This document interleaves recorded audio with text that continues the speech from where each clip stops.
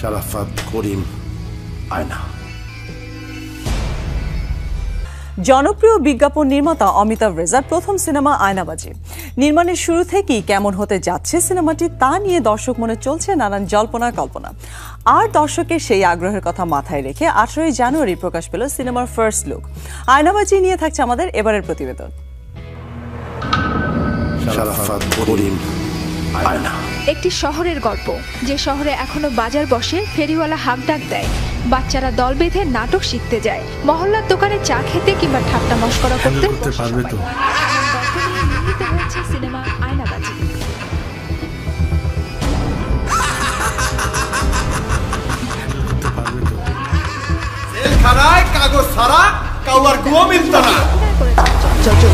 এটি তার পঞ্চম সিনেমা হলেও নানা রূপের আয়না হয়ে ওঠার প্রস্তুতিটা ছিল একটু অন্যরকম। প্রত্যেকটা ছবি করতে গিয়ে আমার আলাদা আলাদা প্রিপারেশন ছিল ক্যারেক্টারের জন্য।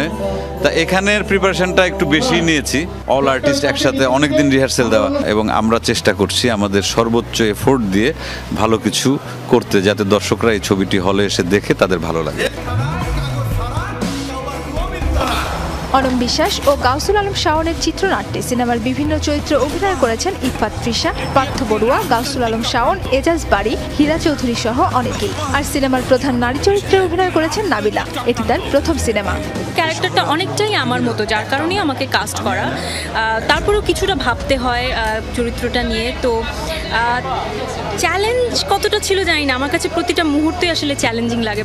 3 মাস ধরে পুরান Dhaka, Paltan, Coke studio, George court সহ ঢাকার বিভিন্ন লোকেশনে চলে সিনেমার শুটিং ও ডাবিং শেষে বর্তমানে সিনেমাটি রয়েছে সম্পাদনার টেবিলে। এর আগে ছোট পর্দার অনেক নির্মাতা সিনেমা নির্মাণ করলেও তাতে সাধারণ দর্শকের আশার প্রতিফলন ঘটেনি। ফলে সফল বিজ্ঞাপন নির্মাতা অমিতাভ রেজার সিনেমা আয়নাবাজির মুক্তির দিকে তাকিয়ে আছে বাংলা সিনেপ্রেমী দর্শক তথা পুরো ঢালিউড ইন্ডাস্ট্রি।